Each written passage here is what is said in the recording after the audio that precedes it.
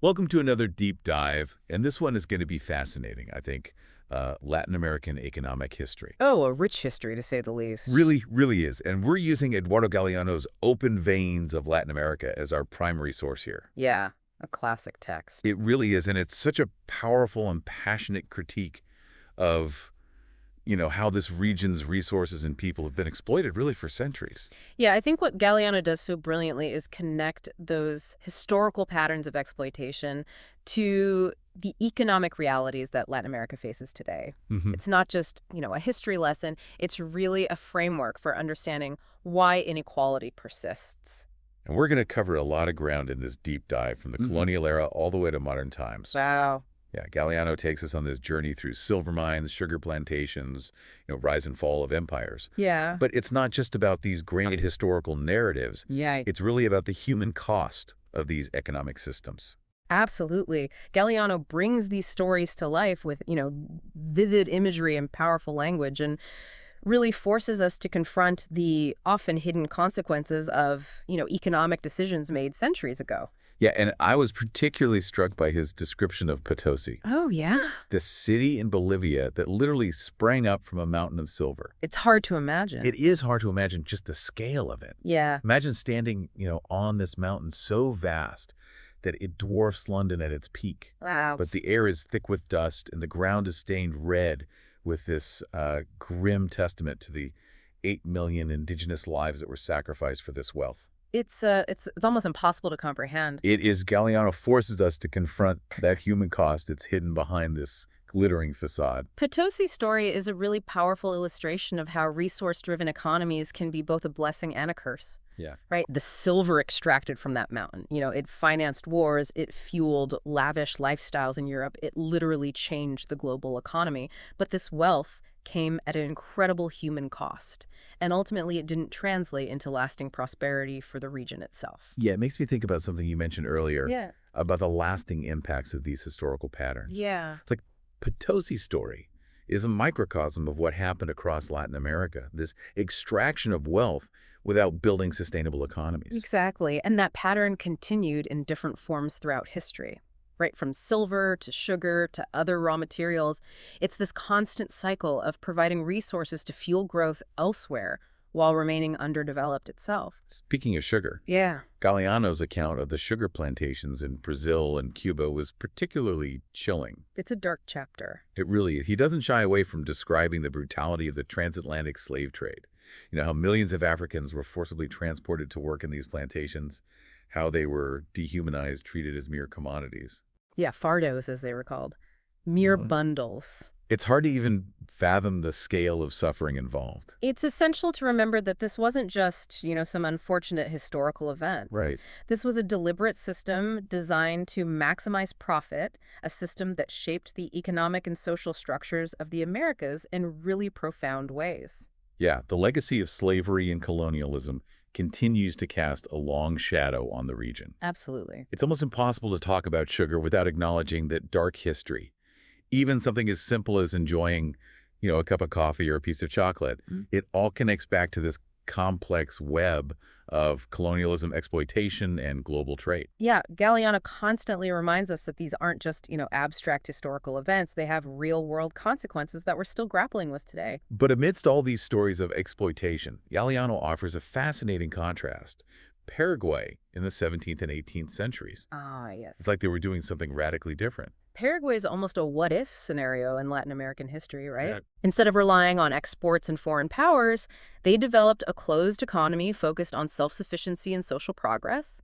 They had high literacy rates, a lack of child labor, and a focus on, meeting the needs of their own people. Wow, it's remarkable considering the context of the time. It really is. It's almost like they were intentionally going against the grain, Yeah. choosing a different path.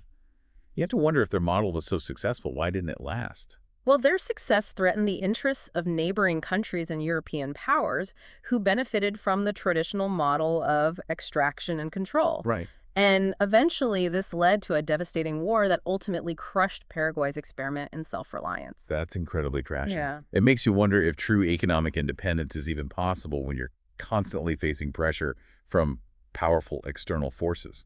It's a question that haunts Latin American history, Yeah. and it's one that becomes even more pressing as we move into the post-independence era. Because you might think that throwing off Spanish rule would usher in an era of freedom and prosperity. But unfortunately, that's not how this story unfolds. No. It seems like Latin America just traded one form of dependence for another. This time, it was British influence that shaped the region's economic destiny. And this wasn't about direct military control. It was about the subtle but powerful forces of free trade. Right. Latin America was flooded with cheap manufactured goods from Britain, which decimated local industries.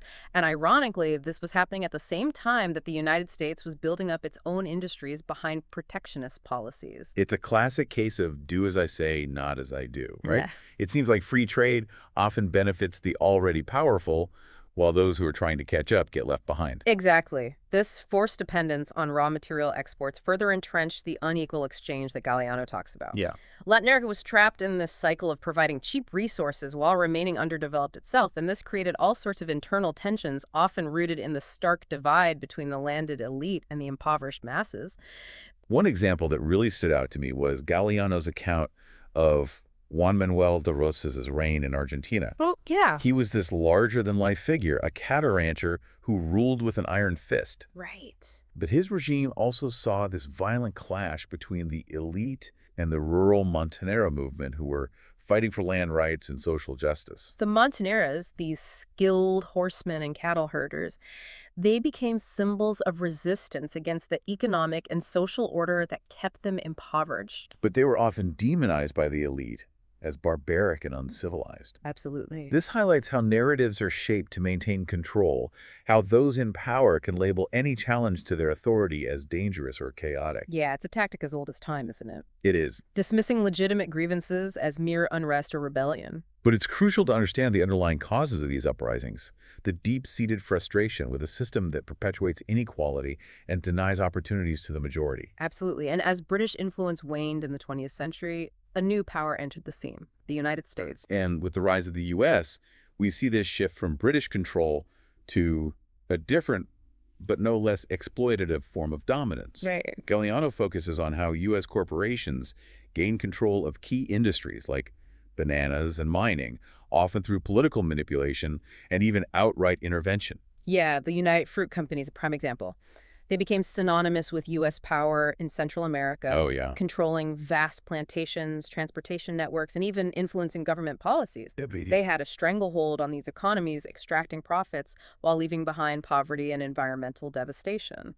Galeano describes this shocking incident where the democratically elected president of Guatemala, Jacobo Arbenz, was overthrown in a coup orchestrated by the U.S., all because he was trying to implement land reforms that threatened the United Fruit Company's interests. The Arbenz case is a chilling example of how U.S. foreign policy often prioritized the interests of corporations over the well-being of the people in Latin America. Right. It shows how economic power can be just as influential as military might in shaping global affairs. So up to this point, we've seen how Latin America's economic history is marked by this constant extraction of wealth, whether it's silver, sugar, or bananas. Right. But in the mid-20th century, things start to shift. There's this move away from pure reliance on raw materials to a new kind of industrialization. This is where Galeano introduces the concept of dependent industrialization. Okay. Instead of developing industries that cater to their own needs, Latin American countries found themselves producing goods primarily for multinational corporations and foreign markets. So even with factories popping up and more industrial activity, Right. they were still stuck serving someone else's interests. Yeah. How exactly did this dependent industrialization work? What made it different from other forms of industrialization? That's a great question, and it's something we'll delve into in the next part of our deep dive. Okay. This new wave of industrialization came with an influx of foreign investment, but often at the cost of local control and decision-making. And while some jobs were created, the overall benefits for Latin American societies were limited. Okay, well, we've got a lot more to get to, so we'll pick up this thread in part 2 of our deep dive into Eduardo Galeano's Open Veins of Latin America. Sounds good. So last time we left off talking about dependent industrialization. Right. It sounds like a bit of a contradiction, right? Yeah. You're industrializing, but you're still dependent. Yeah. What did that look like in practice, and what were the implications for Latin America? Well, think of it this way. Instead of producing goods that met the needs of their own people, Latin American countries were essentially becoming factories for multinational corporations. Yeah. They were manufacturing products for export, often based on cheap labor and resources, while the profits flowed back to those corporations in their home countries. It's like they were stuck in a new version of the same old cycle, providing resources and cheap labor to fuel growth elsewhere, but not really benefiting from it themselves. Yeah. Did this dependent industrialization bring any real progress for the average person in Latin America? Sadly, not as much as one might hope. Yeah. Galeano highlights how poverty, inequality, and exploitation persisted, even as factories were being built and cities were growing. The gap between the rich and the poor continued to widen. So it's like this promise of modernization and progress was kind of a bait and switch. Right. You get the factories, but not the real benefits of industrialization. Exactly. Galeano uses some specific cases to drive this point home. He does. He talks about Brazilian iron ore and the Hanna Mining Company. That one sounds intriguing, what happened there. It's a story about how closely intertwined economic interests can be with political power. Galeano details how Hanna Mining, a U.S. company, essentially maneuvered its way into controlling vast iron ore reserves in Brazil. Hold on, how did they manage to pull that off? Was it purely business, or were there darker forces at play? Well, imagine a backdrop of political turmoil in Brazil, coups, instability, and all sorts of shady dealings. Galeano argues that Hanna Mining exploited this chaos to their advantage. They used their influence with U.S. backing to secure favorable deals and concessions, often at the expense of the Brazilian people. It's giving me serious United Fruit Company vibes. It seems like these powerful corporations were operating like independent states, shaping the destinies of entire nations for their own profit. Yeah. Is that a fair comparison? It's a pattern we see repeated throughout Latin American history, and Galeano doesn't stop there. He also digs into Venezuelan oil and what he calls the culture of petroleum. Venezuela, a country known for its staggering oil wealth, but also its heartbreaking poverty. It's a paradox. Galeano really lays bare, isn't it? Exactly. Venezuela holds some of the largest oil reserves in the world, which for a time generated immense wealth. Right. But as Galeano points out, that wealth didn't trickle down to the majority of the population. Instead, it fueled a lavish lifestyle for the elite, while many Venezuelans remain trapped in poverty. It's such a stark contrast. Galeano paints this vivid picture of Caracas, the capital, with its skyscrapers, luxury cars, and seemingly endless flow of imported goods. But just outside that bubble of affluence are sprawling slums where people struggle to survive. It's hard to grasp that such extremes can exist side by side. This stark contrast reveals the inequalities created by an economic system that often prioritizes profit over people, while the oil industry enriched a select few. It failed to bring about genuine development for Venezuela as a whole. It's a cautionary tale about the dangers of relying too heavily on a single commodity, especially when control over that commodity lies in the hands of foreign corporations. It leaves a country vulnerable, doesn't it, at the mercy of price fluctuations and external pressures, and the benefits aren't shared equitably. Precisely, and it leads to the crucial question that Galeano raises throughout the book. Can Latin America ever truly break free from this cycle of dependence and exploitation? He explores this question by looking at attempts at regional integration like Mercosur. Mercosur, the trade bloc of South American countries, it seems like a good idea on the surface, strength in numbers and all that, but is Galeano suggesting it might not be that simple? He challenges the conventional wisdom about free trade and regional integration, while these initiatives are often presented as solutions. He argues they can sometimes benefit multinational corporations more than local populations. It's like these agreements can actually reinforce existing power structures and exacerbate inequalities. It's like a wolf in sheep's clothing. It looks like a path towards progress and cooperation, but the reality is more complicated. So if regional integration isn't the answer, what is? Galeano argues that genuine economic independence requires more than just trade agreements. It requires fundamental changes to the underlying systems of production and distribution, as well as a shift in power dynamics. Okay, I'm starting to see how all these pieces fit together. It's not just about individual events or policies. It's about recognizing these larger systems of power and inequality that have been shaping Latin America's destiny for centuries. Exactly, and while Galeano focuses on Latin America, his analysis has implications that reach far beyond the region. He's essentially critiquing a global economic system that often perpetuates these patterns of exploitation and dependence. So we've covered a lot of ground here, from colonial silver mines to 20th century industrialization. It's a lot to digest, but One thing's for sure, Latin America's economic history is anything but simple. And that's precisely why Galeano's work is so important. He forces us to look beyond the surface, to understand the complexities and contradictions, and to challenge the narratives that have often been used to justify inequality and exploitation. It feels like we've been talking about this constant struggle, this push and pull between Latin America's desire for self-determination and these powerful external forces that just keep shaping its destiny. Yeah, that's really the thread that runs through Galeano's entire book. He argues that true independence, it goes beyond just political freedom. Right. It requires economic sovereignty, the ability to control one's resources and chart one's own course, and that's a battle that's still being fought today. And, after this deep dive into Latin American economic history, I'm left with this feeling of, is genuine progress even possible, given all these forces working against it? It's a bit heavy, to be honest. Well, I think Galeano would argue that progress is not only possible but essential, but it requires a fundamental shift in thinking. Okay. A move away from the extractive mindset that has dominated Latin America's history towards a more sustainable and equitable model of development. So instead of just extracting resources and generating profit, it's about thinking long-term, about building economies that benefit everyone, that are in harmony with the environment, and respect cultural diversity. Precisely. It's about recognizing the inherent value of human life and prioritizing the needs of the many over the profits of the few. Yeah. It's a vision that challenges the very foundation of the dominant economic model. Galeano's book really is a call to action, isn't it? It's not just about understanding the past. It's about using that understanding to create a better future.